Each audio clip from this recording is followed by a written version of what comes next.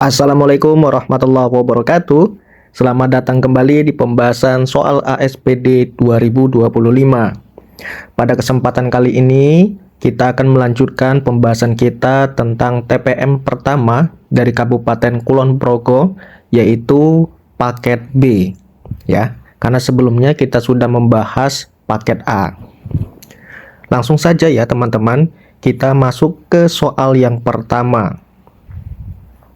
Oke, silakan teman-teman untuk men-stop dulu video ini, kemudian membaca teksnya, kemudian pertanyaannya, dan silakan teman-teman menjawab terlebih dahulu. Oke teman-teman, soal yang pertama ini, pertanyaannya adalah kalimat pernyataan yang jawabannya terdapat dalam kutipan teks tersebut adalah kalimat nomor berapa? Oke, di sini ada sebuah teks dan di bawahnya adalah kalimat pernyataan. Oh, pertanyaan ya, maaf. Oke, kita baca dulu ya teksnya. Infus water diyakini memiliki segudang manfaat, di antaranya yakni membantu membuang zat sisa dalam tubuh, melancarkan sistem pencernaan, membantu mempermudah penyerapan nutrisi, dan memperbaiki mood, hingga mencegah dehidrasi. Umumnya, infus water mengandung rasa alami dari buah, sayur, dan rempah-rempah sehingga tidak perlu ditambahkan perasa. Itulah sebabnya minuman ini dikenal rendah kalori. Paragraf keduanya, infus water dapat dibuat dari campuran lemon, timun, dan daun mint. Banyak serat protein, vitamin C, vitamin B6, serta kalium yang diperoleh dari sebotol infus water yang mengandung buah lemon. Potongan timun akan menyumbang sejumlah protein, serat, vitamin C, vitamin K, magnesium, kalium, dan sedikit kalori. Cara membuatnya, campurkan semua daun mint dan buah yang telah dipotong-potong ke dalam satu botol air mineral. Selanjutnya, simpan dalam kulkas selama sekitar 12-24 jam. Infus water siap dikonsumsi. Oke, kita lihat dari pertanyaan yang pertama. Bagaimana cara membuat infus water dari lemon, timun, dan daun mint? Apakah nomor satu ini ada di dalam sebuah teks? Ya, betul ya. Jadi nomor satu ini ada jawabannya, yaitu terletak di paragraf kedua, ya kan? Bagaimana cara membuatnya? Oh, bukan yang di sini ya, tapi di bagian sini. Nah, cara membuatnya, ya kan, ada jawabannya di sana. Kemudian nomor 2, mengapa infus water perlu ditambahkan perasa? Apakah infus water perlu ditambahkan perasa? Tidak perlu ya. Kalau di teks bacaan justru infus water itu rasanya itu diperoleh secara alami, ya kan, dari buah-buahan, sayuran, dan rempah-rempah, ya kan. Jadi tidak perlu ditambah perasa. Jadi nomor 2 ini salah. Nomor 3, apa kandungan mineral yang terdapat dalam sebotol infus water yang mengandung lemon? Oke, kalau kita lihat nomor 3 ini jawabannya ada ya. Ini, ada di bagian sini. Ya kan? Banyak serat, ya kan, banyak serat, kemudian protein, vitamin C, B6, kalium, kemudian juga ada penyebutan di sini protein, vitamin C, vitamin K, magnesium, kalium, dan lain sebagainya itu. Jadi ada kandungannya di dalam infus water. Yang nomor 4, mengapa infus water perlu disimpan selama 12-24 jam? Nah, kalau kita meng-cross check di kalimat terakhir di bagian sini, di situ disebutkan ya. Jadi dia harus disimpan selama 12-24 jam, tetapi alasannya itu tidak ada. Jadi yang nomor 4 ini kurang tepat. Otomatis nomor 1 dan nomor 3 yang paling tepat. Ada nggak jawabannya? Ada, yaitu opsi A. Berikutnya, soal nomor 2. Oke, nomor 2 ini teksnya cukup panjang ya. Kita baca dulu pertanyaannya. Pernyataan tersebut yang tepat sesuai dengan isi teks adalah kalimat nomor berapa? Oke, di sini ada 4 pernyataan. Kita baca dulu teksnya. Teksnya berjudul Dulu ojek payung, kini Ahmad Sahroni jadi Sultan Priok. Nama Ahmad Syahroni kini dikenal sebagai pengusaha sekaligus anggota Dewan Perwakilan Rakyat atau DPR. Sang Sultan Priok ini juga merupakan Ketua Komite Penyelenggaraan Formula E 2022. Di balik kesuksesannya di perusahaan bahan bakar minyak atau BBM, pria yang akrab disapa Roni ini memulai usahanya dengan kerja keras dari nol. Roni dibesarkan oleh ibu dan neneknya dari keluarga yang bisa dibilang miskin. Sejak kecil dirinya gemar mengumpulkan uang hingga profesi ojek payung pun ia jajal. Saat menduduki bangku sekolah, ia sempat menduduki posisi ketua OSIS yang membuat ia sadar bahwa jiwa leadership ada dalam dirinya. Oke, sekarang paragraf keduanya. Setelah lulus dari bangku pendidikan, dia pun langsung bekerja menjadi sopir bos perusahaan BBM. Profesi ini pun tidak lama dilakoninya karena dirinya memutuskan untuk bekerja di kapal pesiar di Miami, Florida, Amerika Serikat. Di dalam kapal bernama Celebrity Cruise Line. Namun, tidak lama berselang, dia memutuskan kabur menuju tempat saudaranya di Atlanta, Amerika Serikat, karena tidak kuat menjadi awak kapal. Di sana pun, dia hanya bertahan sekitar 3 bulan dan bekerja sebagai pelayan di Chinatown. Tak bertahan lama, pada tahun 2000, Roni kembali ke Indonesia dan bekerja kembali menjadi supir bos perusahaan minyak. Perjalanan hidup dan pengalaman yang dialaminya selama menjadi supir pun akhirnya menempa Roni menjadi pribadi yang lebih kuat. Dalam kurun waktu 2 tahun, dari awalnya Roni sempat menjadi orang operasional hingga akhirnya ia menduduki posisi general manager. Tak lama berselang, akhirnya ia ditawari oleh teman untuk memimpin sebuah perusahaan. Akhirnya ia pindah perusahaan untuk menjalankan suatu proyek dengan dukungan investor. Namun, Roni ditipu oleh sang investor. Jadilah uang yang harusnya menjadi dividen, ia jadikan utang untuk operasional perusahaan sebesar 550 juta. Oke. Setelah kurang lebih dari 8 tahun, akhirnya Roni berhasil mendirikan perusahaan BBM-nya sendiri. Dia pun diuntungkan karena sudah memiliki banyak mitra karena sebelumnya pernah menangani langsung lewat perusahaan bosnya.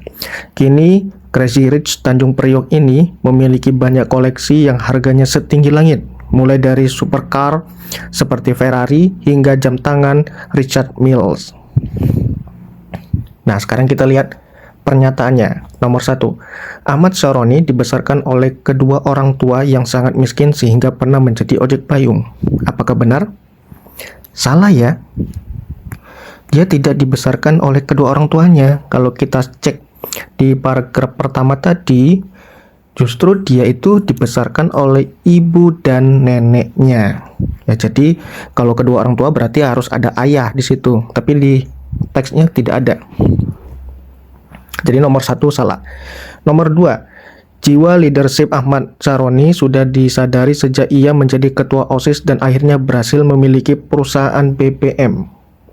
Apakah nomor 2 ini bisa kita terima? Ya, bisa ya. Nomor 2 ini bisa kita terima. Tadi di paragraf pertama ada, ya kan, di bagian sini. Di bagian kalimat terakhir paragraf 1, ya kan. Ketika dia menjadi ketua OSIS, dia menyadari bahwa ia memiliki jiwa leadership. Nomor 3, setelah lulus dari pendidikan, Ahmad Syahroni bekerja di kapal pesiar di Miami, Florida, Amerika Serikat. Di kapal bernama Celebrity Cruise Line. Apakah benar? Kurang tepat ya. Kalau kita cek di paragraf kedua, dia setelah lulus, ini kan nih, setelah lulus dari bangku pendidikan, dia langsung bekerja menjadi supir dulu, ya kan? Baru setelah itu dia baru menjadi pelayan di kapal pesiar. Jadi kurang tepat nomor 3.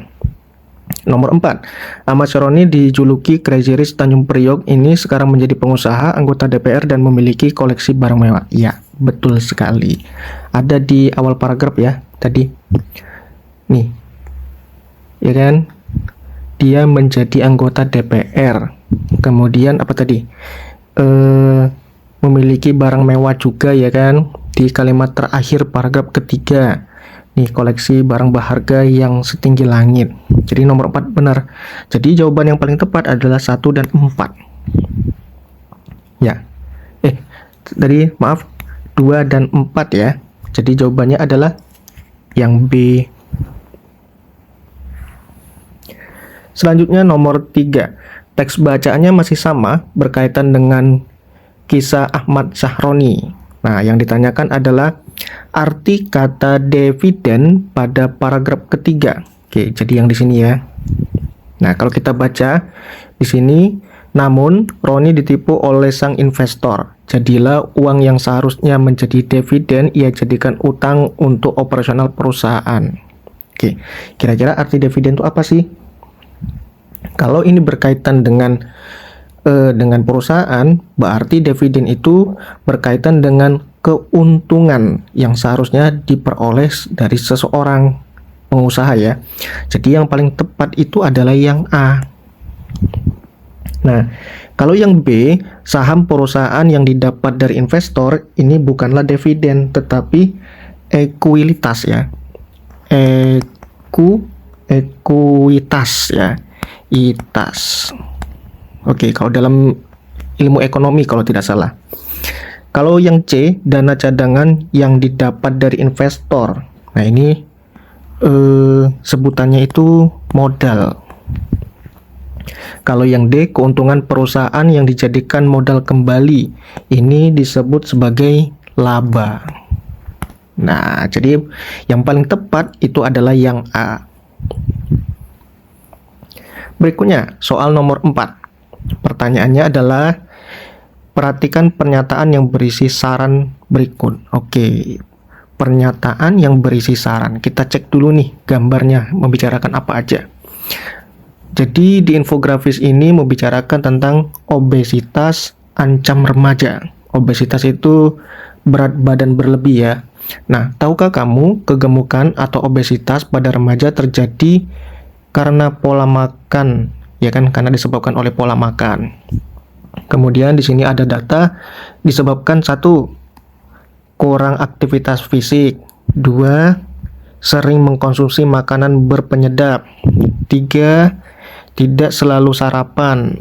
Kemudian 4. Kurang konsumsi serat sayur dan buah. Kemudian resikonya di sini hipertensi, diabetes, kanker, osteoporosis, penyakit kardiovaskular, penurunan produktivitas dan usia harapan hidup. Pencegahannya, atur pola dan porsi makan minum, perbanyak konsumsi buah dan sayur, banyak aktivitas fisik, hindari stres dan cukup tidur. Oke. Nah, kita lihat pernyataan yang pertama. Untuk menghindari obesitas, kita harus mengurangi aktivitas fisik. Oke, kita cek dulu ya pertanyaan tadi belum ya. Oke, pertanyaannya, kalimat pernyataan yang sesuai dengan infografis tersebut adalah, oke, benar ya tadi ya.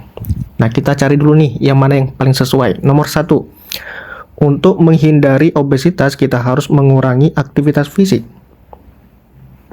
Nah, di sini salahnya nih. Kita harus mengurangi.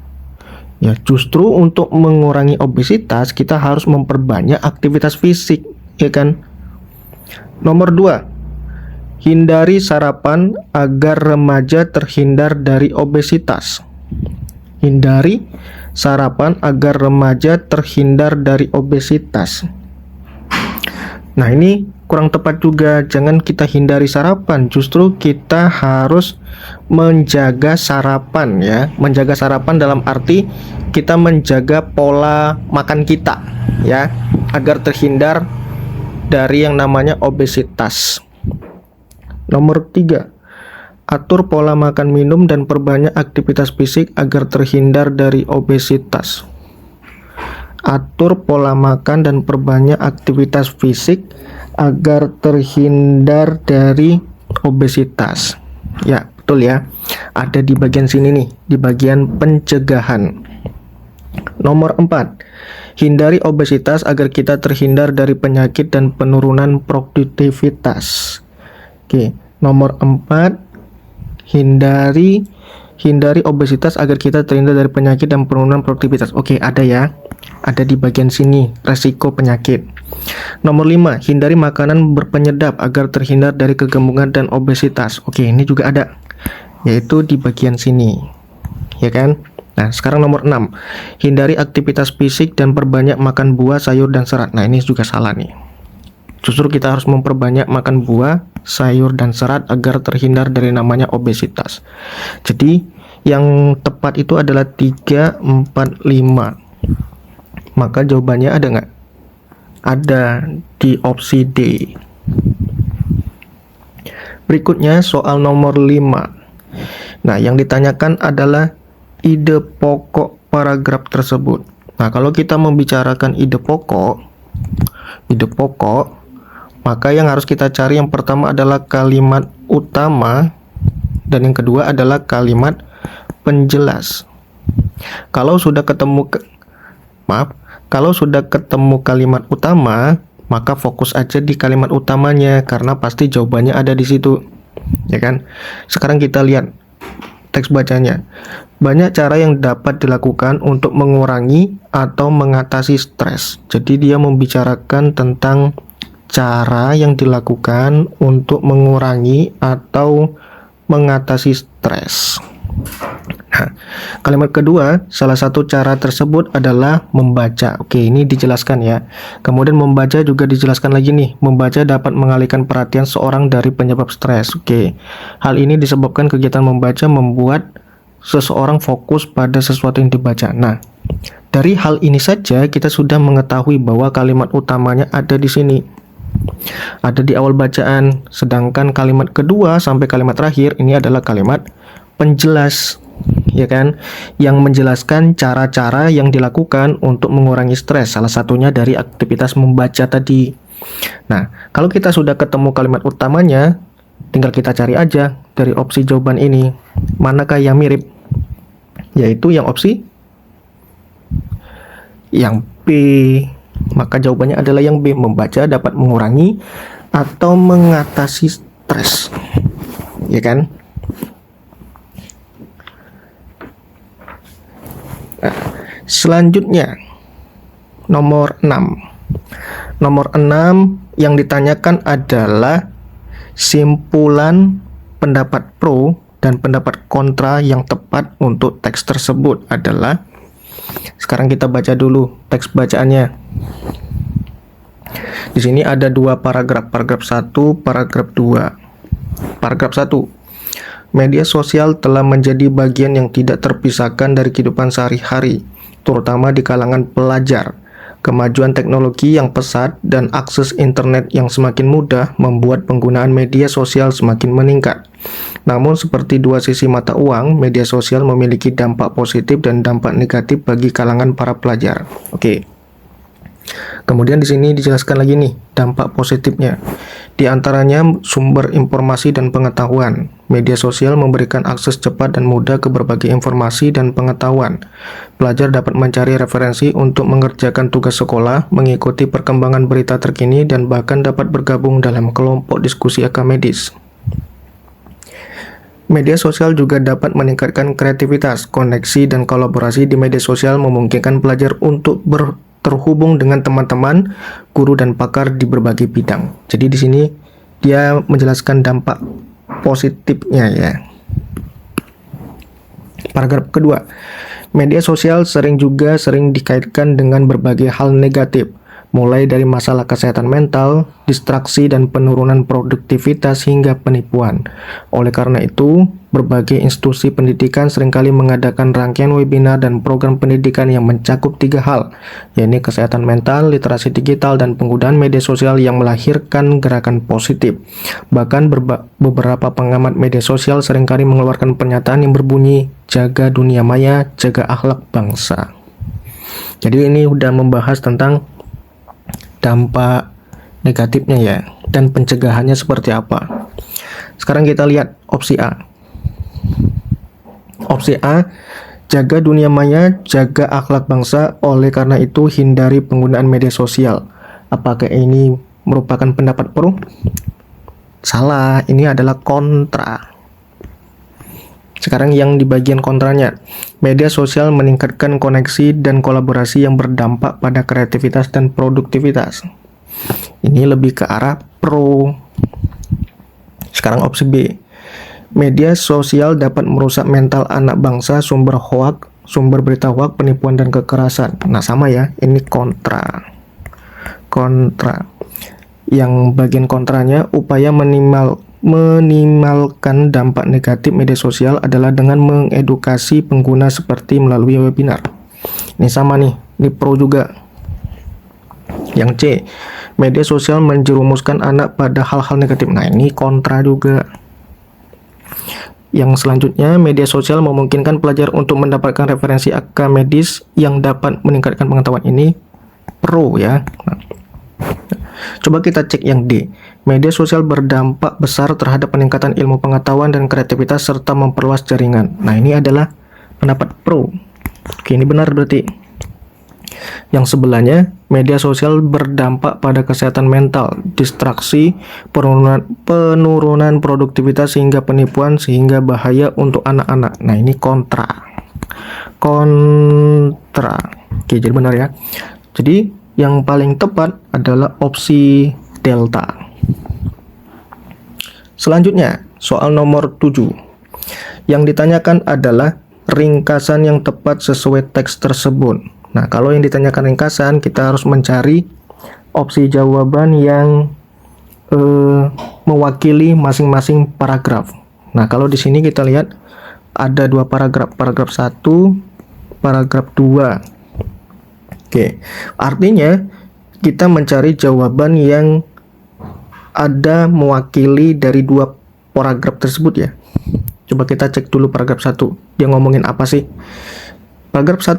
Di era digital ini, semua orang bisa menjadi reporter walaupun tidak berprofesi sebagai wartawan. Setiap orang dapat mengunggah berita di media sosial. Redaksi dan penyuntingannya adalah diri sendiri. Peristiwa demi peristiwa dapat dilaporkan secara langsung dari lapangan oleh pengguna telepon pintar yang akan terus meningkat. Oh, jadi dia membicarakan tentang semua orang itu bisa menjadi wartawan ya. Walaupun statusnya itu adalah masyarakat sipil. Sekarang paragraf 2. Berbagai informasi dapat diwartakan, artinya dapat diberitakan, terutama hal-hal positif yang unik, khas dan menarik dari berbagai daerah di Indonesia. Jadi informasi yang dapat diberitakan itu berbagai macam hal. Ya, termasuk hal yang positif ya gitu. Bahkan negatif pun juga bisa sebenarnya ya.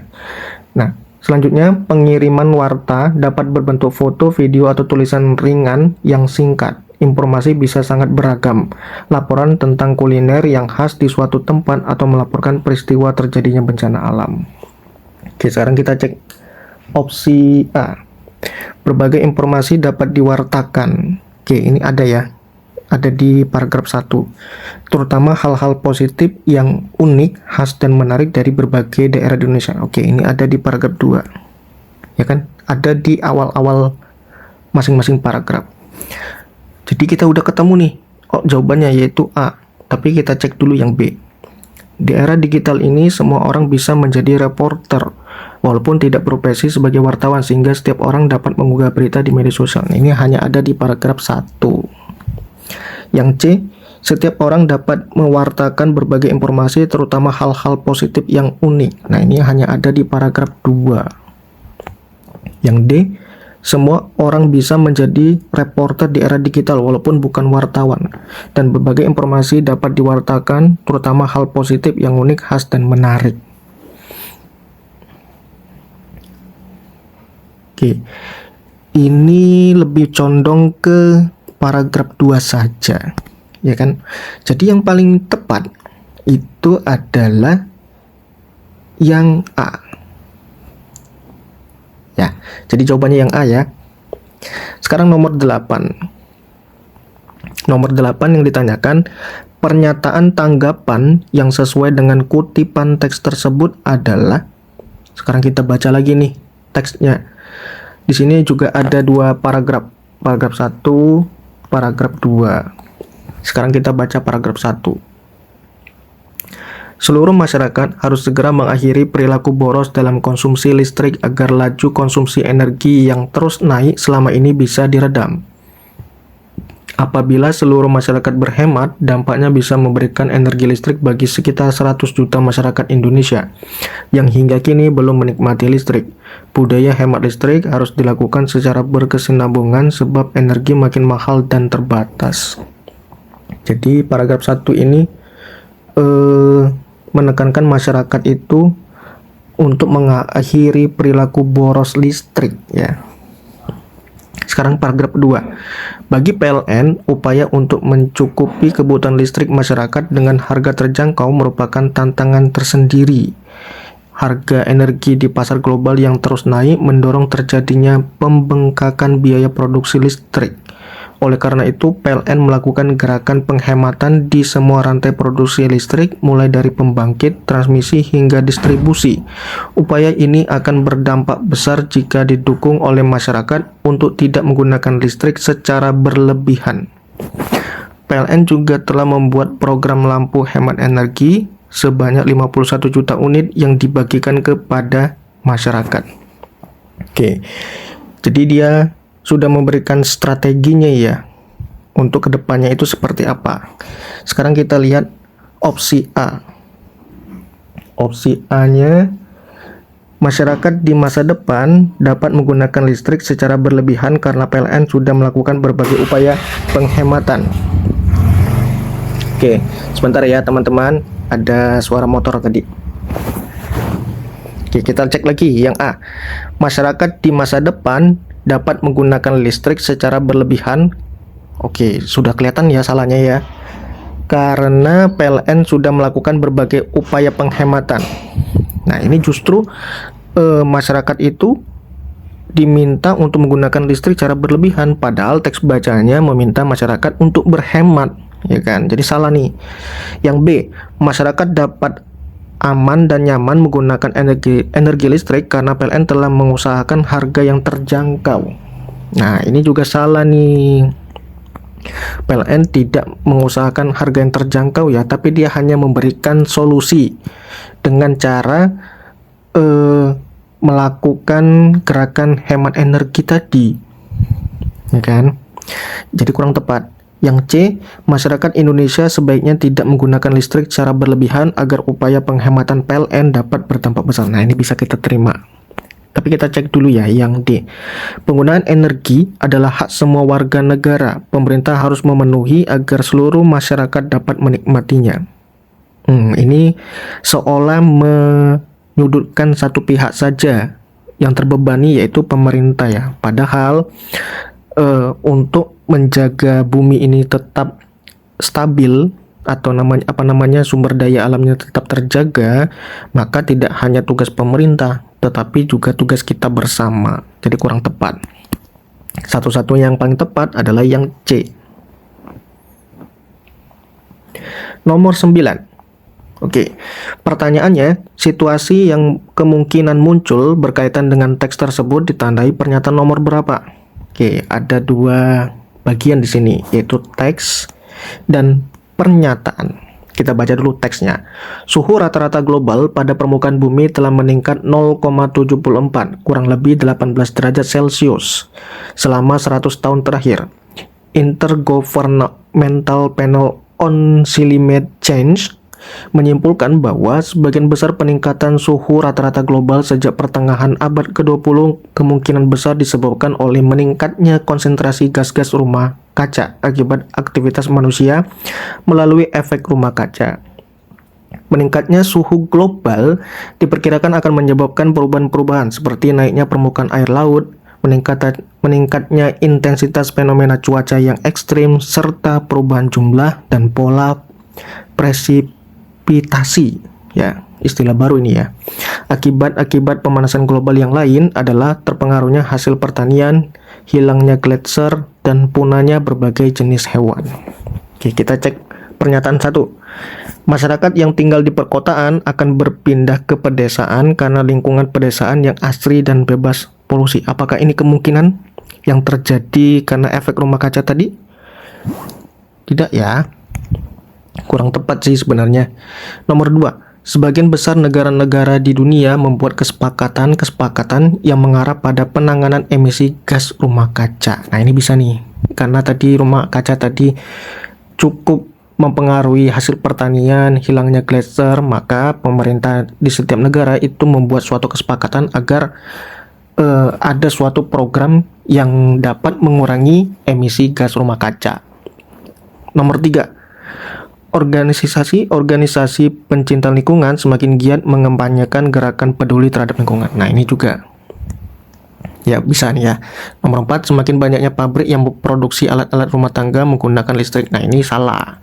Justru dengan banyak menggunakan listrik itu juga akan menambah dampak negatif dari efek rumah kaca tadi. Jadi yang paling tepat adalah 2 dan 3. Maka jawabannya adalah yang B. Nomor 10. Nomor 10 di sini ada teks 1 dan teks 2. Kita baca dulu pertanyaannya. Perbedaan penggunaan bahasa kedua teks tersebut adalah penggunaan bahasa ya, bedanya apa ya? Kita cek nih. Teks 1. Teks 1 bunyinya, guys, sudah pernah mengunjungi Yogyakarta?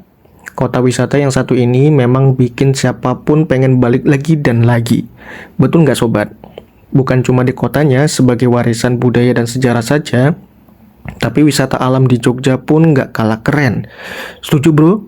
Saat ini pun kamu nggak cuma bisa mengunjungi pantai saja loh ketika wisata ke Jogja. Namun, mulai banyak lagi objek wisata lain yang dikembangkan. Salah satunya adalah daerah perbukitan di pinggiran Jogja. Kamu tahu Bukit Ngisis, Samigalu, Bukit Patok, Bukit Sermo, Waduk Sermo di Kulon Progo. Itu cuma beberapa saja spot yang sudah mulai dikenal loh. Jadi bahasanya bahasa santai ya ini ya, seperti bahasa lisan ya. Kita cek teks kedua. Putuk Setumbung merupakan sebuah bukit setinggi kurang lebih 400 meter DPL yang terletak di gugusan pegunungan Menoreh. Di bukit ini wisatawan dapat menemukan spot terbaik untuk menyaksikan sunrise dengan latar gunung Merapi Merbabu. Dari tempat ini wisatawan juga bisa melihat megahnya Candi Borobudur di pagi hari yang terkurung lautan kabut. Wisatawan pasti terpesona bila menyaksikan sapuan kabut Borobudur yang perlahan terangkat naik dan matahari yang muncul dari balik gunung dengan malu-malu. Eksotisme pemandangan matahari yang terbit di pagi hari dari bukit ini menjadi magnet yang memukau bagi para wisatawan. Ini lebih ke bahasa tulis ya. Dan kalau kita perhatikan tadi, dia juga banyak menggunakan bahasa-bahasa perumpamaan. Kita cek opsi A. Opsi A menggunakan teks satunya menggunakan bahasa lisan. Ya, betul ya tadi ya. Tadi contohnya tadi ini. Guys, ya kan? Betul nggak sobat? Ya kan? Kemudian tadi ada kata lo.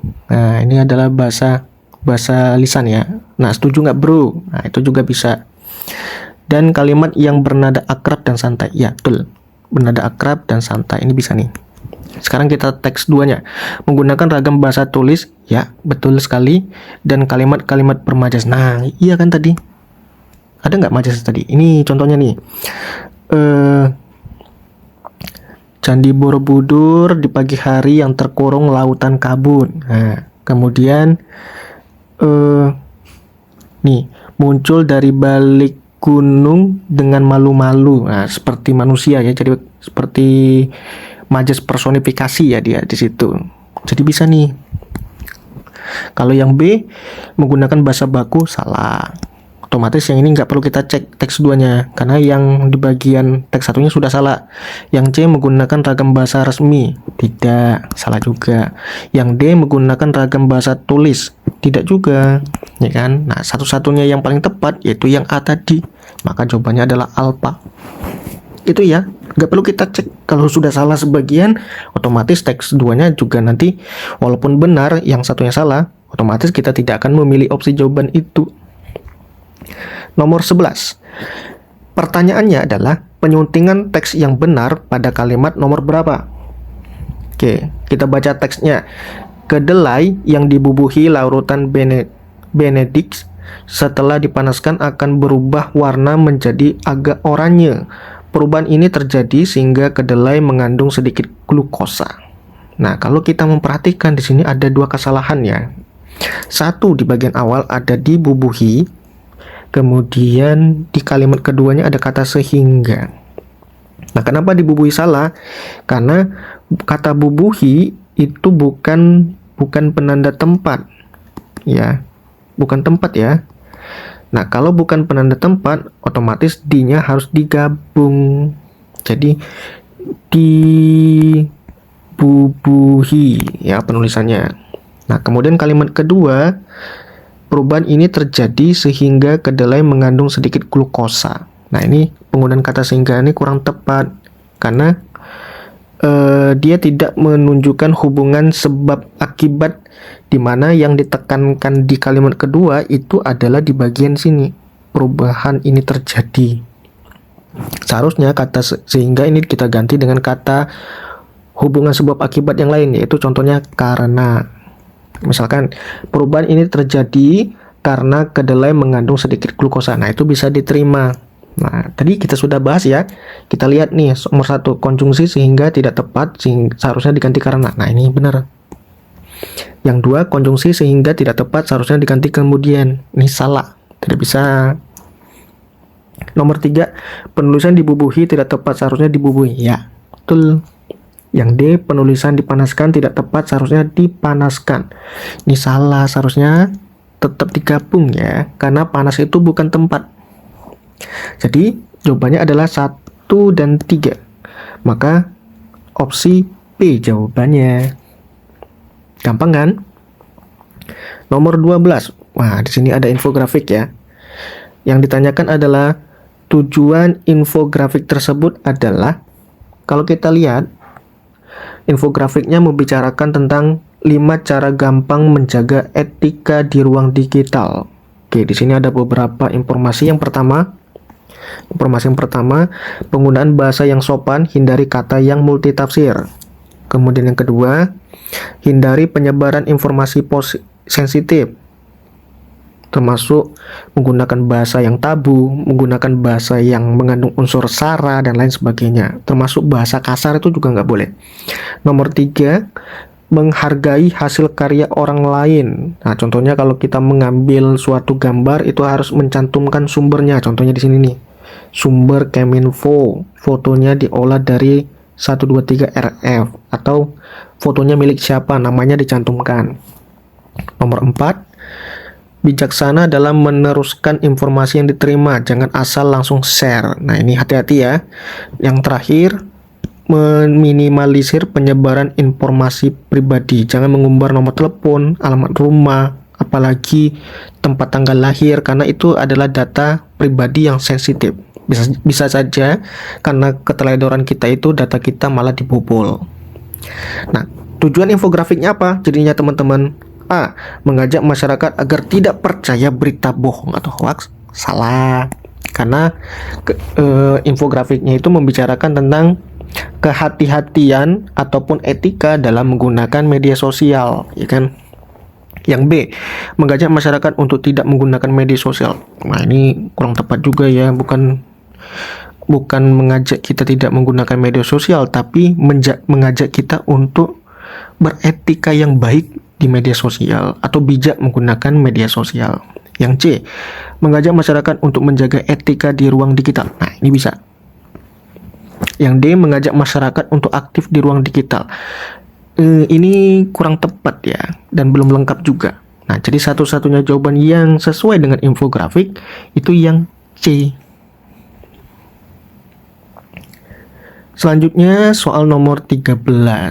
13 ini berkaitan dengan kalimat fakta dan opini yang tepat sesuai dengan teks tersebut adalah. Oke, sekarang kita baca dulu nih teksnya. Ibarbo Park dikenal sebagai suatu tempat wisata unik, fantastik, dan ramah anak di Jogja. Tempat ini memiliki aviari dengan luas taman 4,3 hektar. Pengunjung bisa mendapatkan pengalaman wisata edukasi karena bisa mengenal berbagai hewan. Burung yang tersedia di tempat ini ada sekitar 100 jenis burung. Tempat ini juga menawarkan area mini zoo untuk anak-anak mengenal berbagai macam hewan, khususnya hewan seperti kelinci, monyet, rusa, macan, domba, dan lain-lain. Daya tarik utama Ibarbo Park adalah area playground yang menarik dan wahana dunia kartun yang memukau. Wahana ini menghadirkan suasana ceria yang dipenuhi karakter lucu, dekorasi fantastis, dan area bermain yang ramah keluarga. Taman wisata ini juga dilengkapi berbagai fasilitas yang nyaman bagi pengunjung seperti restoran, toko oleh-oleh, area parkir luas, musola, dan kamar mandi. Tidak hanya sekedar taman hiburan, Iborbo Park juga menjadi pusat oleh-oleh terbesar dan terlengkap di Jogja. Nah, kalau orang Jogja itu posisinya ada di Jalan Sleman ya. Sleman sebelah kiri jalan atau barat jalan ya, kalau dari selatan. Nah, sekarang kita cek. Yang A, di bagian faktanya ya, tidak hanya sekedar taman hiburan, Iborbo Park juga memiliki pusat oleh-oleh terbesar dan terlengkap di Jogja. Apakah itu fakta? Tidak ya, ini adalah opini. Di mana letaknya tidak hanya sekedar, ini mengarah pada opini. Nah, sekarang kita cek bagian opininya. Wahana ini menghadirkan suasana ceria yang dipenuhi karakter lucu. Nah, ini benar nih opini. Yang B, daya tarik utama Iborbo adalah area playground yang menarik dan memukau, wahana dunia kartun yang memukau. Ini juga opini ya. Ini sama opini juga nih, karena di sini ada indikasi yang menarik, ya kan? Yang menarik dan yang memukau. Ini baru asumsi ya, jadi kurang tepat. Yang A tadi kurang tepat, yang B ini juga kurang tepat. Coba kita cek yang sebelah kanannya. Tempat ini juga menawarkan area mini zoo untuk anak-anak mengenal berbagai macam. Nah, ini fakta. Ya. Yang C, tempat ini memiliki aviari dengan luas taman 4,3 hektar. Nah, ini betul nih, fakta. Sekarang cek bagian opininya. Iborbo Park dikenal sebagai tempat wisata unik, fantastik, dan ramah anak di Jogja. Nah, ini adalah opini, betul. Maka jawabannya C nih, kemungkinan. Tapi kita cek dulu yang D. Pengunjung bisa mendapatkan pengalaman wisata edukasi karena bisa mengenal berbagai macam hewan. Nah, ini adalah opini ya. Nih, kata-kata bisa nih. Kemudian yang bagian opininya, burung yang tersedia di tempat ini ada sekitar 100 unit burung. Tadi ada ya, berarti ini adalah fakta. Gak sesuai kan dengan kolom opini. Nah, jadi salah nih. Ini salah juga. Maka jawabannya benar tadi yang C. Nomor 14. Pertanyaannya adalah pernyataan yang tepat terkait karakter tokoh berdasarkan kutipan tersebut adalah G. Jadi soal TPM dari Kabupaten Kulon Progo ini kebanyakan cerita yang panjang-panjang ya. Oke, nggak apa-apa. Kita baca dulu. Ceritanya adalah keputusan untuk mendaki Gunung Merapi sudah bulat. Semua anggota tim sudah menyiapkan segala sesuatunya. Sebagai ketua tim, Arga membagi tugas tiap kelompok, tiap anggota ya. Ia tampak semangat lebih dari yang lain. Sesuai rencana 16 Agustus 2024 sore, semua anggota berkumpul di halaman sekolah lalu berangkat menggunakan mobil seteran.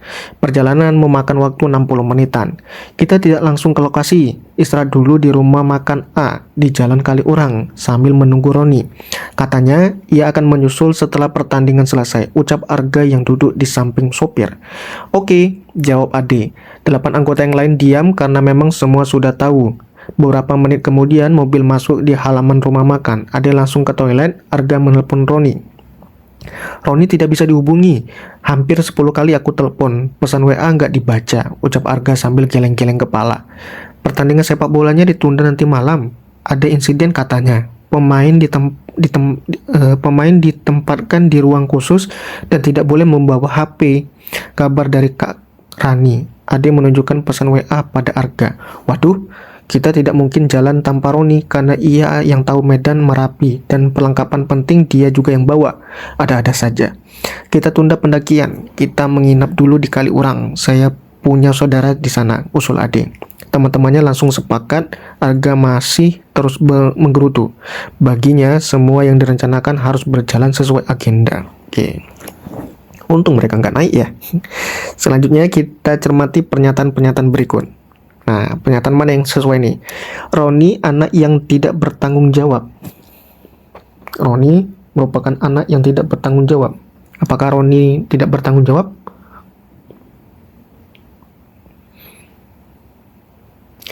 Roni anak yang tidak bertanggung jawab. Betul nggak teman-teman? Tidak ya, kurang tepat ya. Tidak ada indikasi kalau Roni itu tidak bertanggung jawab, karena di situ posisinya dia sudah memberitahu bahwa dia akan ke sana setelah pertandingan. Tapi karena ada suatu kasus, maka pertandingannya ditunda, dan pada waktu itu juga HP tidak boleh dibawa kan. Jadi dia tidak bisa kita indikasikan kalau dia itu menjadi orang yang tidak bertanggung jawab. Yang nomor 2, Arga idealis, ingin semua berjalan sesuai rencana. Ya, betul nih. Kita lihat di sini nih. Semua yang direncanakan harus berjalan sesuai dengan agenda. Ini sinkron nih dengan nomor 2. Yang nomor 3, Ade anak yang realistis dan bijak dalam mengambil sikap. Betul nggak? Betul ya. Ada di bagian sini tadi nih. Ya kan? Jadi mereka mengusulkan untuk menunda pendakian dan menunggu terlebih dahulu di rumah saudaranya Ade tadi. Nomor 4, Roni egois, suka mementingkan diri sendiri. Nah, ini tidak juga ya, kurang tepat juga. Jadi yang lebih tepat adalah 2 dan 3, yang C. Nomor 15, teksnya masih sama ya, berkaitan dengan pendakian Gunung Merapi. Nah, pertanyaannya adalah, pesan moral yang dapat dipetik dari cerita tersebut adalah: nomor 1, pada saat merencanakan kegiatan, perhitungan segala sesuatu mungkin terjadi. Ya, betul ya. Kita harus memperhitungkan sesuatu yang mungkin saja akan terjadi ke depannya, baik itu yang merugikan kita ataupun kelompok kita. Jangan sampai kita salah mengambil keputusan. Nomor 2, bijaksanalah dalam mengambil keputusan di saat menemui keadaan yang tidak diinginkan. Ya, betul sekali. Ya, jadi jangan sampai kita mengambil keputusan, justru keputusan itu merugikan kita dan orang lain. Nomor 3, sebagai anggota tim kita harus bisa menjamin kegiatan berjalan sesuai rencana. Oke, ini tidak bisa ya. Ini namanya memaksakan kehendak sendiri. Nggak boleh egois di situ.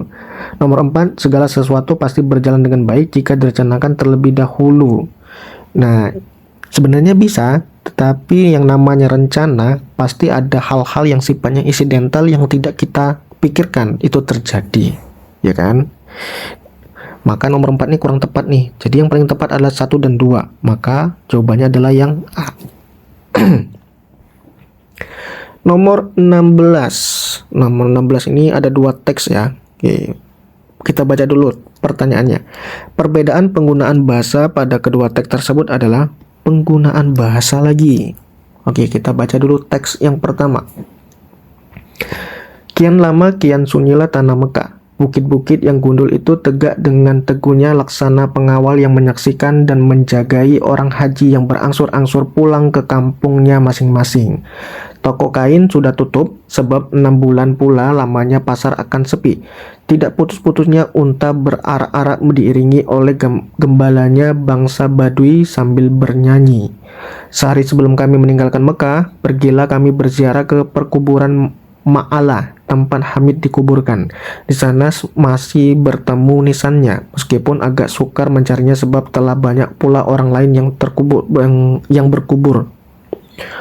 Saya hadapkan muka saya ke pusara itu dan saya menyadari bahwa hidupnya yang tiada mengenal putus asa, kesabaran dan ketenangan hatinya menanggung sengsara, dapatlah menjadi tamsil dan ibarat kepada kami. Oke, ini kutipan yang diambil dari novel Di Bawah Lindungan Ka'bah ya. Kutipan kedua. Tidak lagi kewajiban yang harus aku laksanakan. Semua rukun haji telah aku selesaikan. Tinggal menunggu saat kepulangan ke tanah air. Dari siaran televisi ketahui bahwa kloter pertama telah sampai di Indonesia. Itu memberiku kelegaan tersendiri. Semua berkemas, jamaah menata dan mengecek segala sesuatunya. Jika ada yang tertinggal, tidaklah mungkin untuk mengambilnya kembali. Badan telah lebih, tapi langkah terasa lebih ringan.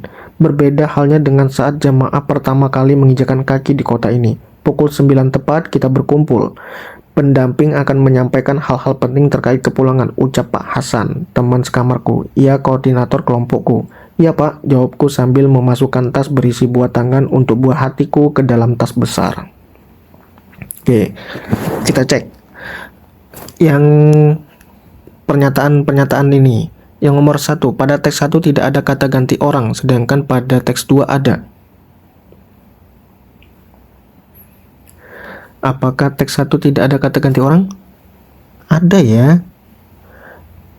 Ada di sini. Ada penggunaan kata saya, ya kan? Penggunaan kata ada lagi nggak ya?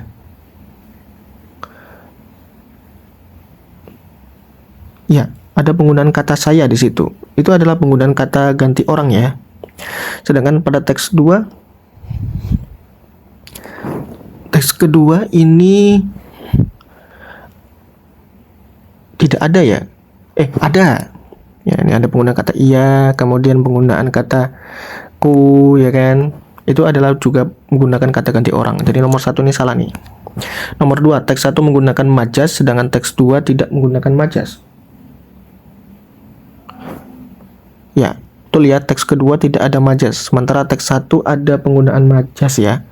Contohnya di sini nih, di awal bacaan, kian lama kian sunyilah tanah Mekah. Bukit-bukit yang gunung itu tegak dengan teguhnya laksana pengawal yang menyaksikan dan menjagai orang-orang haji yang berangsur-angsur pulang ke kampungnya masing-masing. Nah, itu adalah penggunaan majas. Jadi nomor 2 bisa. Nomor 3, pada teks 1 tidak terdapat kalimat langsung, sedangkan pada teks 2 terdapat kalimat langsung. Oke, betul ya. Teks 1 tidak ada, teks kedua ada. Ini ditandai dengan tanda petik nih. Nih, tanda petik nih. Ini adalah kalimat langsung. Jadi nomor 3 bisa.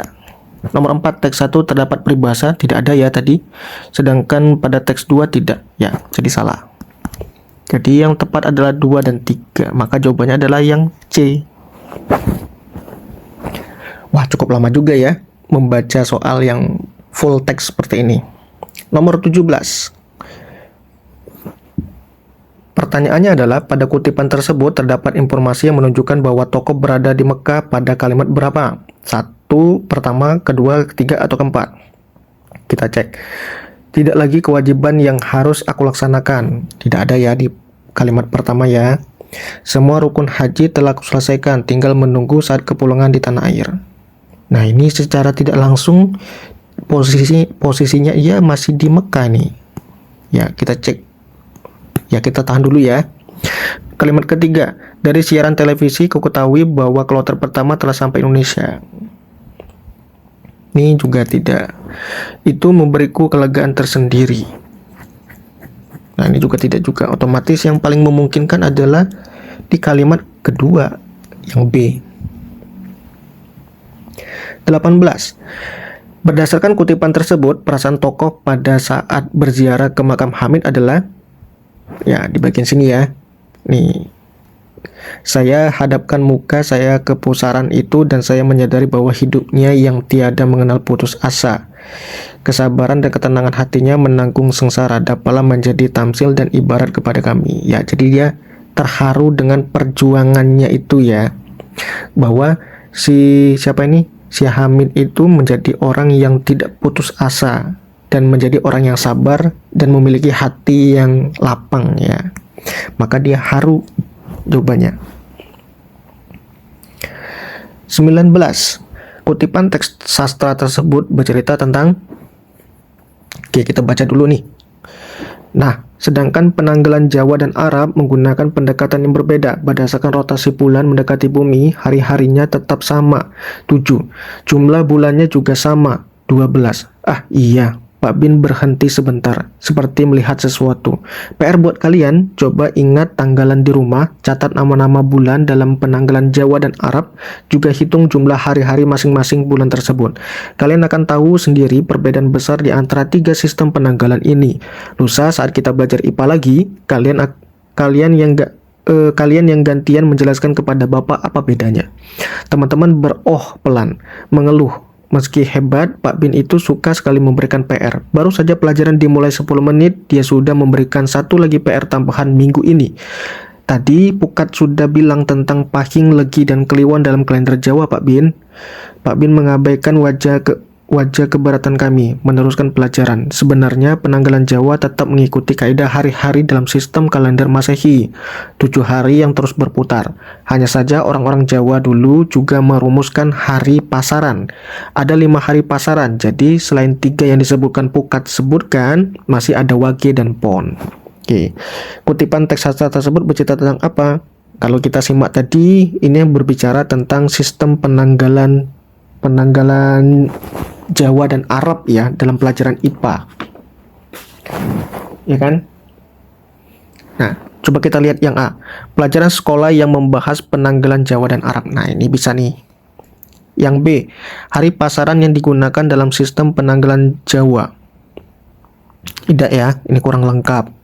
Karena dia tidak hanya membahas tentang penanggalan Jawa saja, tapi juga ada yang Arabnya tadi. Yang C. Perhitungan kejadian alam dengan menghitungkan hari pasaran. Ini salah nih. Tidak ada proses penghitungan kejadian alam. Yang D. Kegiatan pembelajaran yang membahas rotasi bulan dan dampaknya. Tidak ya. Dampaknya tidak ada. Tapi kalau membahas tentang rotasi bulan yang menghasilkan nama-nama bulan, nama-nama hari tadi, iya. Tapi untuk dampaknya itu tidak ada. Jadi yang paling tepat adalah yang A. Nomor 20. Oke, teksnya masih sama ya. Masih berbicara tentang penanggalan Jawa dan Arab tadi. Nah, sekarang pertanyaannya. Tanggapan yang tepat terhadap karya tersebut adalah sekarang A. Dunia imajinasi yang ada dalam cerita tersebut seharusnya bersifat khayalan saja sehingga lebih menarik dan menghibur pembaca karena hal itu yang menjadi tujuan karya sastra. Ini kurang lengkap. Kenapa? Karena dalam dunia fiksi itu juga harus diikuti dalam fiksi itu juga bisa disertai fakta ya. Walaupun porsinya itu lebih banyak ke fiksinya, misalkan 90%, sedangkan faktanya itu 10% atau 20% gitu ya. Nah, jadi kurang tepat tuh. Yang B, dalam cerita tersebut Pak Bin memberikan pelajaran yang tidak hanya buku-buku pelajaran sehingga tidak disukai oleh murid-muridnya, itu merugikan anak didiknya sendiri. Dalam cerita tersebut, Pak Bin memberikan pelajaran yang tidak hanya ada di buku-buku pelajaran yang tidak disukai oleh yang tidak disukai oleh anak-anak muridnya, ya kan? Sehingga hal itu merugikan anak didiknya. Nah, ini juga kurang tepat nih di bagian sini, tidak disukai oleh murid-muridnya ya. Yang C, cerita tersebut menunjukkan bahwa dunia fiksi tidak sepenuhnya imajinasi. Ya, ada fakta atau pengetahuan yang berasal dari dunia nyata yang bermanfaat bagi pembaca. Oke, ini bisa kita terima nih. Kita lihat yang D.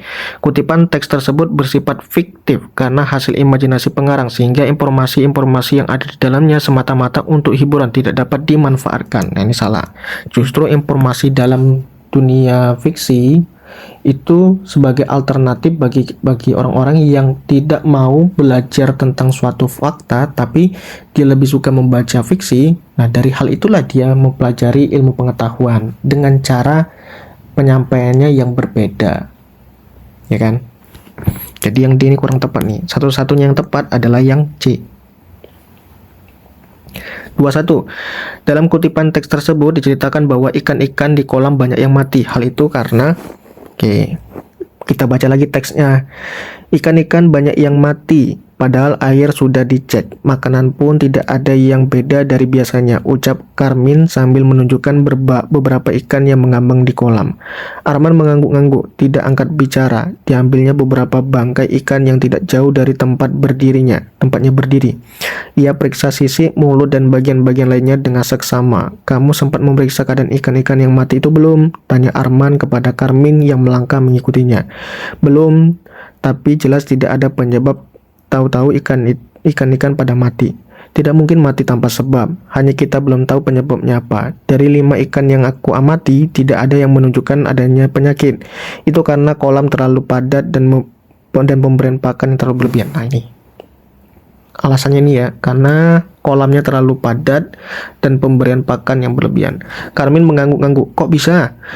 Tolong ambilkan catatan jumlah ikan. Oh ya, sekalian catatan pemberian makan dalam 3 hari terakhir, biar aku tunjukkan buktinya. Oke, jawab Karmin sambil melangkah ke ruang administrasi.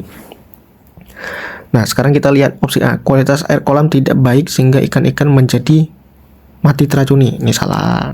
Ikan bukan air kolamnya. Yang B, ikan tidak mendapatkan makanan yang cukup untuk tumbuh dan berkembang. Ini juga salah. Bukan berkaitan dengan makanan ya. Yang C, jenis ikan yang dipelihara kurang bagus. Nah, ini nggak ada hubungannya ya. Yang D, kolam yang terlalu padat ikannya dan pemberian makan yang berlebihan. Nah, ini benar jawabannya. Ini kan sinkron kan? Jadi D jawabannya. Dua-dua. Teksnya masih sama, pertanyaannya yang berbeda. Perbedaan Karmin dan Arman dalam menghadapi masalah adalah, coba kita lihat yang A. Karmin teliti dalam mengamati ikan, sedangkan Arman ceroboh. Apakah Karmin ini sebagai orang yang teliti? Tidak ya, dia nggak teliti ya. Justru yang lebih teliti tadi itu si Armannya, malah kebalik. Yang B, Arman mampu mendeteksi penyebab masalah, sedangkan Karmin tidak. Nah, ini bisa nih. Yang C, Karmin tenang dalam menghadapi masalah. Enggak ya, justru dia panik tadi. Yang D, Arman putus asa dalam menghadapi masalah. Tidak, justru dia memberikan solusi. Maka lebih tepat jawabannya adalah yang B. 23.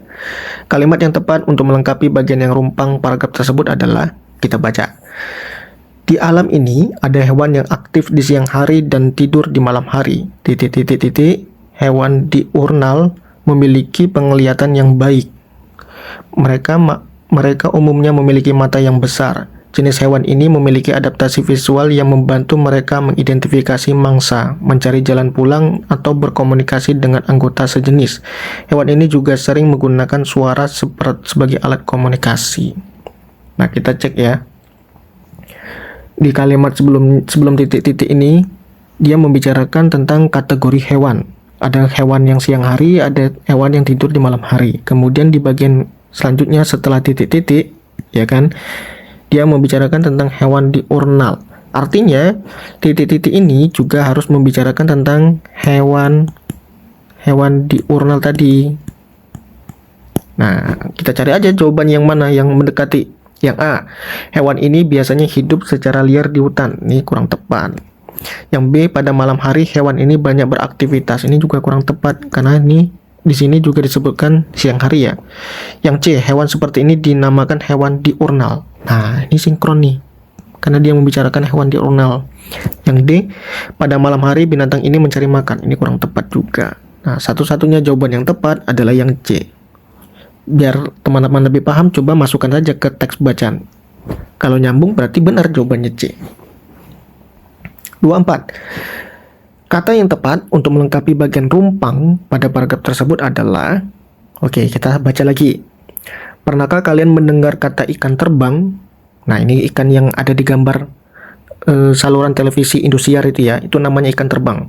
Ikan ini dapat keluar dari air dan terbang.